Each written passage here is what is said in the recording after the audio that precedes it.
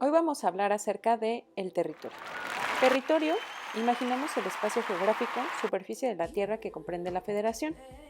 Y este mapa entonces representa el territorio mexicano.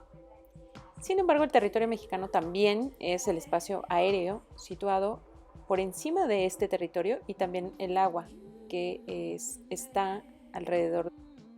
Recordemos que el ámbito espacial de validez es aquel en el que son consideradas válidas las normas jurídicas, en este caso la Constitución. Por lo tanto, la Constitución podemos decir que es válida y está vigente en todo el territorio, incluyendo el agua y el aire. Ahora revisemos cómo se llegó a la conformación del territorio y la historia entonces de las divisiones territoriales. En la época colonial, es decir, antes de la independencia de México, existían varias divisiones, no era una sola, sino que la iglesia tenía su forma de dividir a los poblados con relación a sus parroquias, a sus catedrales, y de esta forma entonces las jurisdicciones que le correspondían a las personas para bautizarse, para casarse. Las divisiones en cuanto a la administración o lo judicial de las audiencias pues estaban divididas en gobiernos, corregimientos y alcaldías. Y también había una división administrativa fiscal. En este caso era para cobrar los impuestos esta división. Todas existieron simultáneamente y estaban sobrepuestas unas con otras, pero la última vino a imponer alguna uniformidad en la gran variedad de divisiones. Es decir, la forma de cobrar impuestos hizo que entonces se reconociera una forma ya de división. Y este era el mapa que correspondía a la Nueva España. Una vez consumada la independencia y que se firman los tratados de Córdoba el 24 de agosto de 1821, parte del territorio de la Nueva España pasa íntegro a la nueva nación del Imperio Mexicano, la cual fue dividida en provincias. Se anexa la totalidad de la Capitanía General de Yucatán y también la Capitanía General de Guatemala, como una estrategia para contrarrestar a la corona española, logrando así mayor extensión territorial de México como nación independiente. Sin embargo, Guatemala duraría pocos años. Esto debido a que en Guatemala inicia un movimiento en contra del imperio y una separación. Esta era la configuración entonces del mapa en este momento. En 1823 las provincias eran 20. Chiapas había declarado su independencia, pero esto solo duró un año. Las provincias de Guatemala solo esperaban la instalación de su Congreso para declararse libres, lo cual sucede el 1 de junio de 1823. La región del Soconusco proclamó también su separación de México el 24 de julio de 1824 y fue formalmente anexada a la República Federal del Centroamérica el 18 de agosto de 1800. Esta era la configuración en 1823.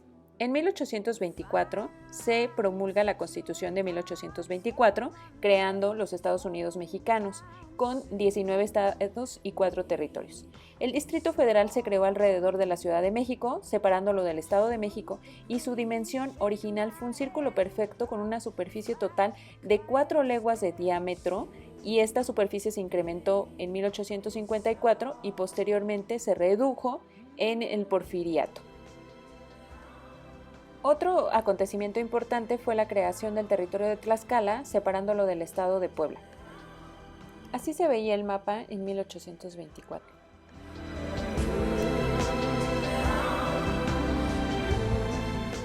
De 1830 a 1835 se crearon el estado de Sinaloa, separándolo de Sonora, y el territorio de Aguascalientes, separándolo de Zacatecas.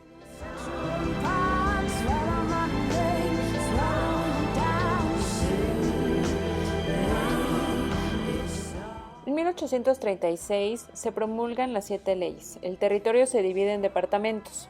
Se establece el sistema centralista y se suprime el Distrito Federal. Y su territorio se dividió en departamentos y este quedó a cargo del Departamento de México, ya que únicamente puede existir el Distrito Federal en un estado de carácter federal. Eso lo vamos a ver después.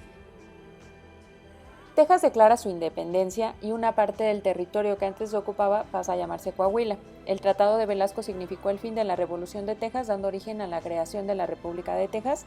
Se reclama como frontera con México el río Bravo, y no el río Nueces, que siempre fue la frontera desde la época de la colonia española. El Congreso mexicano rechaza el Tratado de Velasco, firmado por Antonio López de Santa Anna, pues no tenía facultades para otorgar la independencia a Texas.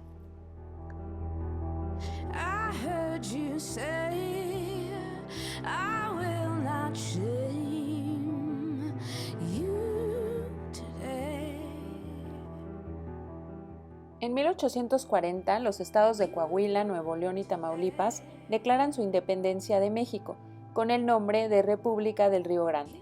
La frontera con Texas nunca fue decidida de forma concluyente. La República de Río Grande se reincorporó a México después de una corta y fallida guerra de independencia. Coahuila conserva el territorio de Chihuahua, que se adjudicó durante la República de Río Grande, el cual en su mayoría era desierto y deshabitado.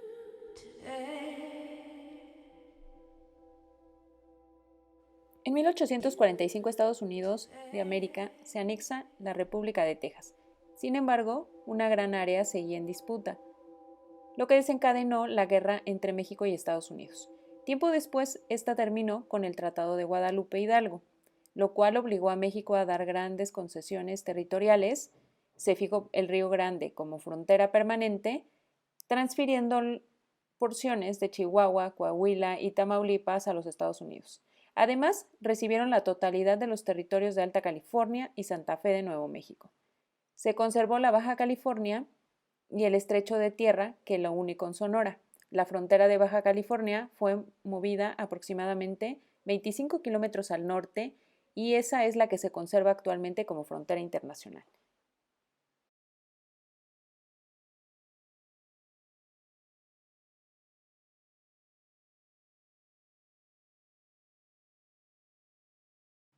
El 22 de agosto de 1846, el presidente provisional José María Salas restauró la Constitución de 1824. Recordemos que esa Constitución era federalista. 2 años después, durante el gobierno del presidente José Joaquín Herrera, Miguel Barbachano decretó la reincorporación de Yucatán a México. Un factor decisivo para la reincorporación fue la Guerra de Castas, la cual había obligado a Yucatán a buscar ayuda externa. Con la restauración de la Constitución de 1824, resurge el Distrito Federal como sede de los poderes federales.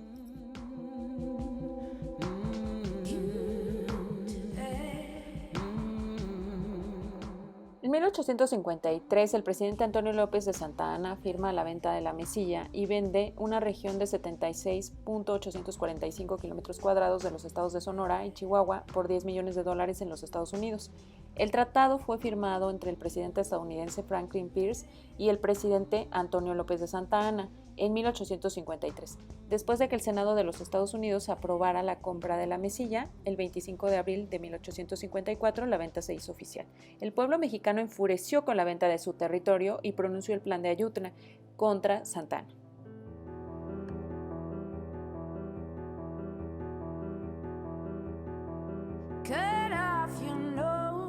Así termina esta etapa de México y comenzamos en 1857 con la promulgación de la Constitución, reafirmando el federalismo. Se acordó que el Distrito Federal continuará en la Ciudad de México y que solo en caso de que se cambiaran los poderes de la Unión, se constituirá la Ciudad de México como Estado de Valle de México. Además, también se aprueba la reorganización del territorio nacional. Coahuila se fusiona con Nuevo León por imposición de Santiago Vidaurri, adoptando el nombre de este último. Además, se ratificó la creación de Guerrero, que se había creado desde 1847 a costa del Estado de México, Puebla, Michoacán y un poco de Oaxaca, y se admitió también a Tlaxcala, Colima y Aguascalientes como estados libres y soberanos de la Federación. Se crea el territorio de Campeche por los ánimos separatistas de Yucatán, para quitarle fuerza a Yucatán.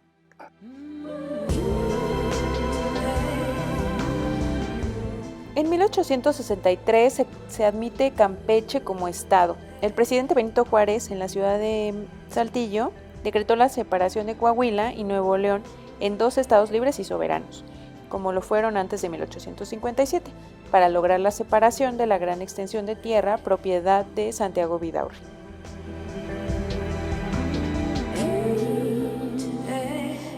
El 3 de octubre de 1863, tras finalizar la Guerra de Reforma y durante el gobierno de Benito Juárez, conservadores mexicanos apoyados por la Iglesia Católica, que estaba a disgusto con el gobierno republicano, y la Constitución de 1857 ofrecieron la corona de México al archiduque austriaco Maximiliano de Habsburgo, quien en el 3 de marzo de 1865 decretó la división territorial del nuevo imperio, organizándose en departamentos. Es decir, nuevamente impera el centralismo. El imperio duró muy poco tiempo. Así, el 19 de junio de 1867, Maximiliano I de México fue fusilado. Así, el 15 de julio de 1867, el presidente Benito Juárez entra a la Ciudad de México y restaura oficialmente la República Federal. En 1869, por decreto del presidente Benito Juárez y con la aprobación del Congreso de la Unión, con partes del Estado de México se crean los estados de Hidalgo y Morelos, que tenían como antecedente el ser comandancias militares. En el periodo de 1884 a 1903, el presidente Manuel González, por decreto, crea el territorio de Tepic, separándolo del estado de Jalisco, que había sido el séptimo cantón de Jalisco, y posteriormente, por influencia de las revueltas encabezadas por Manuel Lozada, el Tigre de Alicia, se convirtió en distrito militar de Tepic. El 3 de agosto de 1897 se publicó en el Diario Oficial de la Federación el Tratado de Límites entre México y Honduras Británica, por el cual México renunció a los derechos sobre el territorio del actual Belice. En 1902, el presidente Porfirio Díaz crea el territorio de Quintana Roo, separándolo del estado de Yucatán, para evitar el separatismo que ya habíamos visto en el estado de Yucatán. El 26 de marzo de 1903 emite por el decreto del presidente Porfirio Díaz la Ley de Organización Política y Municipal del Distrito Federal, que establece los límites de este y lo divide en 13 municipalidades. Aquí está la conformación de nuestro territorio antes de la Constitución de 1917. Así, es promulgada la Constitución de 1917 como resultado de la Revolución Mexicana de 1910, donde el territorio de Tepic es admitido como Estado de Nayarit. El rey de Italia, Víctor Manuel III, dictó un fallo a favor de Francia por la posesión de la isla Clipperton o la Isla de la Pasión, y México perdió soberanía sobre ella. El presidente Pascual Ortiz Rubio, posteriormente, decretó la anexión del territorio de Quintana Roo a los estados de Yucatán y Campeche, pues según él no podía sostenerse económicamente solo. En 1928 se reforma la Constitución suprimiendo los municipios en el Distrito Federal y se convierten en departamentos administrativos formalmente, aunque materialmente nunca dejó de ser la entidad federativa. Finalmente, para entender la conformación actual del territorio, vemos que en 1935 Lázaro Cárdenas emite un decreto por el cual restituye el territorio de Quintana Roo. Y ya en 1951 el presidente Miguel Alemán Valdés anuncia que el territorio norte de Baja California, por razones de su población y de su capacidad económica, satisface las condiciones exigidas por la Constitución para ser admitido como un estado libre y soberano. Posteriormente, el presidente Luis Echeverría Álvarez envió al Congreso una iniciativa de ley para que el territorio de Quintana Roo y el territorio sur de Baja California fueran elevados a categoría de estados. Más tarde, el 8 de octubre de 1974, se publicó en el Diario Oficial de la Federación el decreto dándole a México su actual configuración, y finalmente en 1987 el Distrito Federal deja de ser departamento administrativo. Y así tenemos la conformación de nuestro territorio.